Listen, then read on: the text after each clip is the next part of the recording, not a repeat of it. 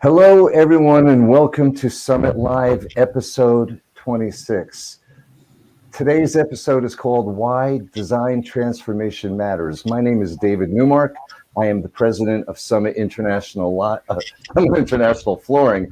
We are broadcasting our Summit Live program from Whippany, New Jersey, where our headquarters are. And as always, we are on a whole variety of platforms, getting longer by the day to name. We have a very interesting program today. We welcome TPG Architecture of New York City, one of the country's premier architectural and design firms. We will have two guests with us. We're going to welcome shortly, in just a moment, Lisbeth Jimenez, who's the lead designer on our own studio. This is what this whole program is about. We're now in our second season. This is our 26th episode, and we have redesigned our office studio for this, and then we will soon welcome in right after that Eileen Ley, who is the materials specialist for TPG. But first, as always, let me introduce my counterpart, Mark Becker, our national sales director. Welcome, Mark, as always. Always good to be back. It's great to be back for another year. And without any further ado, without wasting any time, let's bring in Lisbeth Jimenez. Hello. Hi, everyone. Hello, Lisbeth. How are you? Great. Nice to see you guys. Very nice to see you. And there is Eileen Ley, who we will bring in just a moment. That was just a little hello. We'll see you shortly. Lisbeth, good to see you. Thank you very much for working with us the last, 3 or 4 months on the transformation of this studio. Yes, I was going to say, you guys look great on your new backdrop. You know, it's funny, before we begin the program, Mark and I did not speak with each other, but we both decided that we would wear blue and shades of blue and gray today so that we would coordinate with our new background, which we will talk about shortly with some of our suppliers. But let me turn the floor over to Mark. I'm sure he would like to say hello and ask you a few questions. Yeah, it's, of course, nice to see you again. People watching may have noticed the new introduction to the show. Everything about this is new, not just the studio, but the studio forced the changes to upgrade our introduction, and we think you did a fantastic job. The first thing that I would like to ask is, we challenged you to do something interesting with a very, very small space. People who are watching may not realize that the studio is only in a small room, sound proofed from the rest of the office here, and the camera only sees a small part of the studio. So when you're working and looking at a space that you can barely put a couple of chairs in and out of, from my layman opinion, what are your first thoughts? How do you go about figuring out what to do when you have such a limitation? Yeah, it was definitely a challenge. But for me, I was prioritizing your backdrop, what we see in the camera mostly, and as a design principle and element, I just really wanted to bring in excitement to the space, because this is a platform where we discuss about interior design, and obviously there's no other more exciting industry than the interior design industry. So, you know, I wanted your studio to represent that excitement that our industry brings, and I did that with, again, shape and form, which you can see throughout the different elements in the space, including the furniture and the finishes, as well as color. So those are the things that I focused on, so that I can brighten up the space and give it a lot of excitement. You know, you're too young to know what happened in the beginning, but when we first started with this show, we did what David and I would have seen when we were growing up, and the first talk shows were on late night television.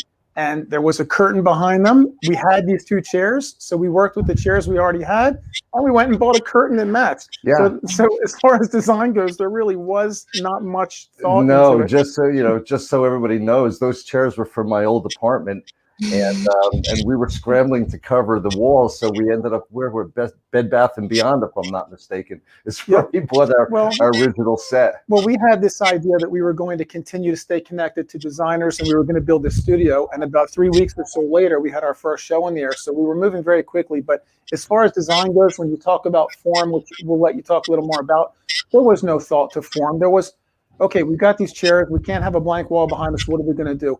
The transformation, and Alan is going to run some video showing the old design and the new design. It's really amazing. There's a different feel in here. It's a crisp, clean, current, and modern look. It's just fantastic what you did with virtually, I would say, about a 10 by 4 foot rectangle. It's really how much you've changed the look and feel of this place. Yes, as an interior designer, you know, we have these challenges every day, so it's natural for us to be able to bring any space, no matter what size, into something that it's better for the people in it. So in addition to some of the forms that you brought in and some of the shapes, I'm just wondering about the sense of color, of patterns. Like if you had asked me on a blank piece of paper, I would have thought, well, I don't know if we want a busy background. It might take away from the people on the camera, but the background that you chose for us is perfect. So what are your thoughts when it comes to more simplistic versus more contemporary patterning, and how do we wind up with the colors where we are? We'd love to hear more about your thoughts. Yes, I think it's easy to come up with, you know, good solutions because we have so much resources, you know, in our industry. And, you know, looking at GRANORTE, this particular backdrop that you have that you will discuss later more about, but I just saw the pattern, and basically it reminded me of something that is more natural, something that is more welcoming and warm. So I kind of started with that, and also tying it in with the furniture, who is also has that kind of like curvilinear feel to it. Even the side chair there, the freehand side chair, has many different diameters for circular forms, which you can really see, but it's like in different scale. You have like the bigger circles and then smaller on the walls. Even the coffee table, the furniture that you're sitting in has like a curved back. So that kind of like ties everything in. See that? Yeah. Yes. And when it comes to the colors, basically, you know, these are your branding colors, you know, blue and the yellow, and then we're bringing in some neutrals with the walls and the grays. Also on the flooring, which you can see here, but you're bringing out like the blue tones that the wall has as well. You'll see the Alan's going to switch to the handheld to show the actual blue. And you know what? Until you said that, I didn't even realize that you were using our own company colors. That was right over my head, and I thank you for that, because the company colors happen to mean a lot to me. And you did mention one thing, and I just want to point this out as we go along. You mentioned GRANORTE as the supplier of the wall panels, and just so you know, and just so our audience knows, GRANORTE is one of our key suppliers. They're a cork company in Portugal, and we wanted an acoustical dampening, a sound dampening wall, and you used our resources for that, and we thank GRANORTE for their donation, and we will thank them again later for that as well. But we now know that you used a lot of our products and our company colors, and to get and also using the shapes like that to design. Yep. So GRANORTE, just for everyone watching, you can see them on the website. They make floor tiles and wall tiles, cork, printed cork, painted cork, a lot of variety. As far as the carpet goes, the carpet's from Object Carpet out of Germany, top 50 luxury brand. Alan showed a little bit of it a moment ago. The carpet is called Accor. The design is called Accor. Accor has a sister company, a sister design called Pearl. One's a high luster. The one that we're using is a matted finish. But you will find colors and textures from Object Carpet that you don't see from any place else. You will find custom print programs. You will find tiles, printed carpet tiles. Again, go to the website, check out Object Carpet. The variety, you could spend all day on their website and be looking at new things all day long. As far as the other suppliers, Lisbeth, maybe you can talk a little bit about them because you know them better than we do as far as who helped us with the table, chairs, et cetera. Yeah, so we have the two tables, the two chairs that you're sitting on and the side table. They are from Technion, Studio TK in particular. And, Studio TK as well as Uhuru, who provided the coffee table, are two companies that we always go to, when we need furniture. They are well-rounded in regards to providing options. Uhuru is a Brooklyn-based company. It's more of a boutique company where you can kind of go for more unique pieces. They have also the ability to customize everything that you need in regards to like a project. But again, both companies are companies that we work with all the time. And obviously, they look great in your space. And we'd like to thank them too. We will be thanking them all year long, quite honestly, but we would like to thank them for their donations. We are on a shoestring budget, as many companies are during COVID times, and we thank them again for their donations. So without any further ado, before we bring in Eileen, let's show the audience a quick 2-minute video of what this space went through in a matter of a very short period of time.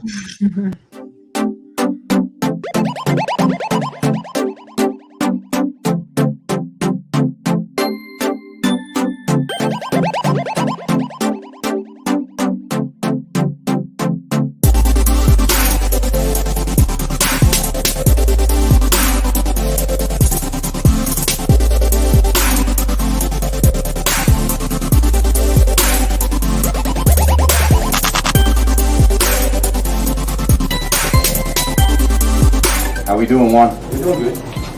I have a whole nother container. Yeah, no, that's gonna be good. Good. And is that what they recommend? Yeah, well, they just recommend a contact cement. It's like color is a little more saturated.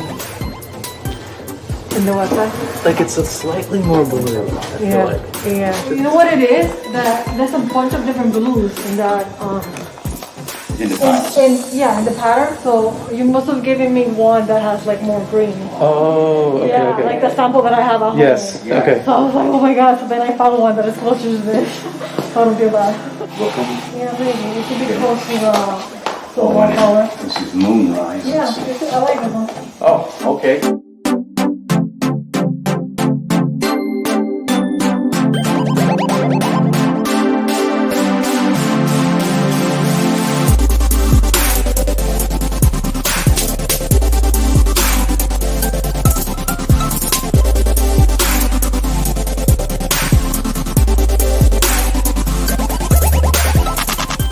How do you feel about looking at those two tiles that are solid? Do we have enough to replace it with?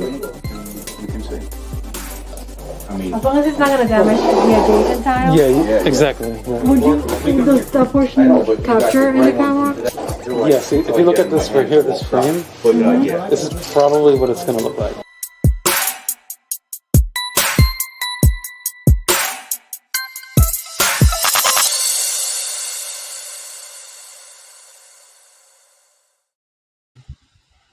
There you have it.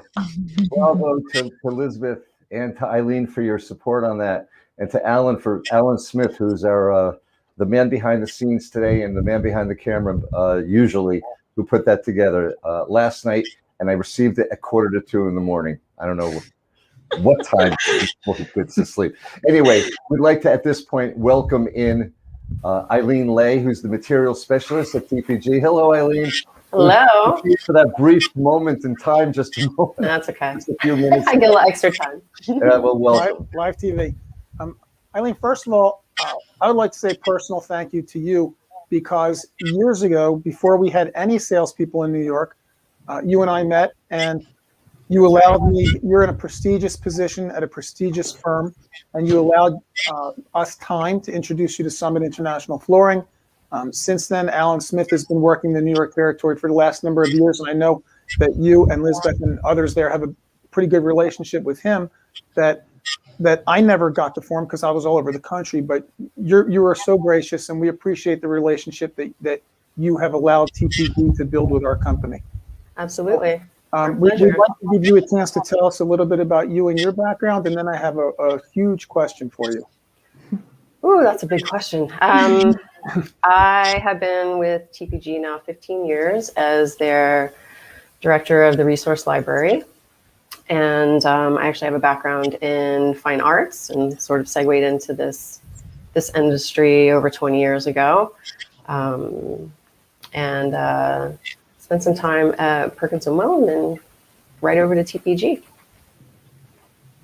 So I have a pretty heavy background in primarily commercial, a little bit of healthcare, and getting my feet wet with some hospitality with our sort of new-ish studio that's a few years old now, but new market sector for me.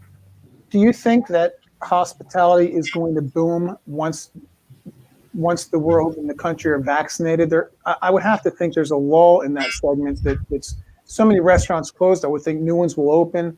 Hotels might redo gyms, bedrooms. What do you see in the future on the hospitality segment as far as being growth oriented? Ooh, pop quiz in a market sector I'm not that familiar with. We have a few people that I can definitely point you to for more in-depth discussion. But from what I've been touching on and seeing, I definitely feel like there's going to be transformation to a more private and in-room experience in hotels where you will be doing maybe a lot more of your vacationing and working from those locations. Can I jump in? Go ahead. I feel like also, like, as interior designers, we're probably going to be busy, you know, considering that a lot of the restaurants now have to, you know, stay outdoors or like reconfigured inside. So I feel like, you know, like they are going to be probably coming back to designers to think about in the long term, you know, like if this happens again or if this continues to happen, what can we do about it? So I feel like that's definitely something to consider. So design is going to have to be oriented to helping people stay open if we go through ups and downs like this. That's an interesting point. I would think so. Right. Something else I was thinking about, which there was a trend starting, and I think it's going to pick up a lot of steam in the not too distant future, is a lot of these hotel rooms will probably start offering potentially a bicycle or a treadmill or something in there, because I can't see how the gyms within the hotels are going to be that active now, because that's, you know, one of the bigger spreaders. I sure hope that people's memories are short and they rebuild all their gyms and they rebuild all their rooms. That would be great. But Eileen, one of the big question I had, the biggest question I have for you is, when it comes to materials, you guys have a pretty decent sized library. A lot of folks are breaking their libraries, but no matter how big it is, there is so much product. I grew up with a friend. We went to high school together, and he told me he runs a library for a company that handles restaurants. He told me, I used to know everything in every page of every catalog in this, and now look. And he shows me this big room with 1 million magazines in it.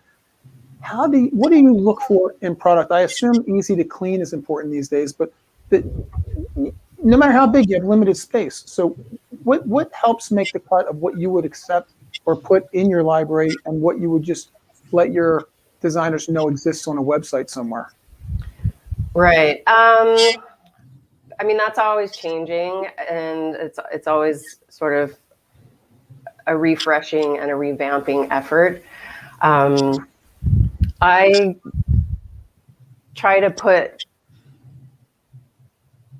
in a physical space materials that we need to pull a palette together and present to a client, and sort of follow the things that are trending and what we're specifying, and make sure that those materials are on hand so that we have those in-house. We don't have to go out to a showroom to get those things. You know, you used a word that I was going to bring up before, trending. Where do you get your ideas about color trends?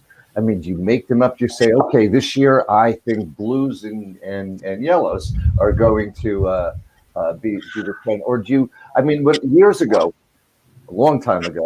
I was with a big fiber producing company, and they were members of the color marketing group. And they told me back then that they got their lead from European fashions that are about 6 months to 12 months ahead of us in the United States. Do you follow that same rule, or where do you get your color ideas? I think that really varies from designer to designer. Also, I feel like the trending colors really come from like the paint manufacturers typically. Like Benjamin Moore would have like its Right. own color of the year, and then Pantone has their own color of the year. And like based on that, I feel like then all the other vendors start coming up with like these, palettes inspired by those trending colors. I mean, that's what I've seen, because we don't come up with the colors. So yeah. No, yeah. I was just kind of wondering where. That's a good question. Yeah. I'm not sure. And again, I only because I had a little bit of background with that I know that there's a whole big organization called the Color Marketing. Right. And from that, they all get together and they talk about colors and trends. And When I was in the area rug business, we watched the European fashion segment as Right. well. Right. Interesting stuff. So, But I think now that we're more virtual and global, those sources come from all over the place. There are different color trend organizations. You've got, I know it takes a while for fashion to kind of filter into interiors, but all of that is so much more immediate now. And I think that influences maybe not so immediately the textiles and the furniture that we have to choose from, but maybe how we put those together. the world's moving fast. One of the things that we've done is pride ourselves on service because of some of these issues. Like when, for example, when Lisbeth wanted to see some physical wall samples, we did not have this here. We started, GRANORTE's our newest partner. We had only flooring samples. So we had samples sent from Portugal. And we do this every day. If we're missing, we have a huge amount of samples in our warehouse, but if we're missing a sample, we ship it from Western Europe right to the designer. We save time, and we hope that level of service keeps us active to be able to help in your success, because we don't just think of Summit. Our orders come from dealers who are going to do installations, but you are our customers. So we try to do everything with that in mind, and we know you appreciate it because you work with us, but we do try very hard to keep things moving at the speed of light, because that's really what it takes today. In real estate, you hear location, location, location, but in our business, it's about service, service, service. And it really is like that, because there's just so many people, so much competition out there. Well, we try hard, and we love this relationship. We love what you've done with our studio, and we appreciate you coming back on to talk about it today. Thank you. I have a question before we move on from trends. Dave, you said that you didn't realize that the colors were relating to your logo. Did you know? Sometimes, Elizabeth. Did you know? He's just They are the colors of the year. I mean, when you just said that, I was like, Right. Eileen just said, like, these are actually the color of the years. Did you know that? The yellow and the gray. In your space. We've seen the blues as the color of the year. I did not know that the yellow was part of that. Benjamin Moore is blue, and then Pantone is gray and yellow, which is your space. well, you know what? So you're very trendy. I have to tell you, I could never be a designer because I would not have put this all together. That's for sure. I think you two are great. I think your company is great. We thank you for everything that you have done for us. We look forward to working with you in the future. We'd like to thank you for being with us today as our guests. It has been our pleasure. Thank you both. Absolutely. Thank you for inviting us. Oh, you know what? Alan's going to give a real quick, before we say goodbye to you, Alan's going to the handheld to give you a quick look of what the whole entire studio looks like now. There we have, we actually have a little peek-in window. In this case, we're peeking out into the main office space. You can see our some of the samples. There's Mark. I can't see what else. We have the beautiful table that it was kindly donated. There is, I don't know what that is. These are some accessories. along with our jacaranda carpet. Very important. You're missing this. This is very important because Rocco, who's our company mascot, is normally here with us.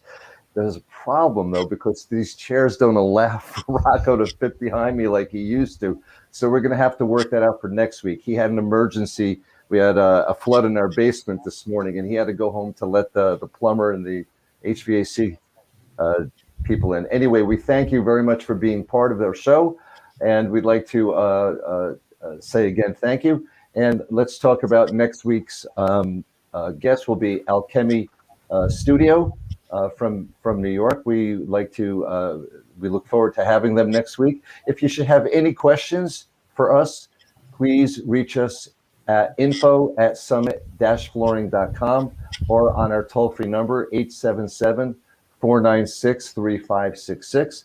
We always do look forward to hearing from you. If you have any suggestions for programs, any comments or criticisms, which I'm sure you don't have, we'd like to hear from you at that point too. So thank you again, TPG. Thank you, Alan Smith, our production manager today. Thank you, everyone, for being part of our show. And we look forward to seeing you next week, 2 p.m. Eastern, 11 a.m. Pacific.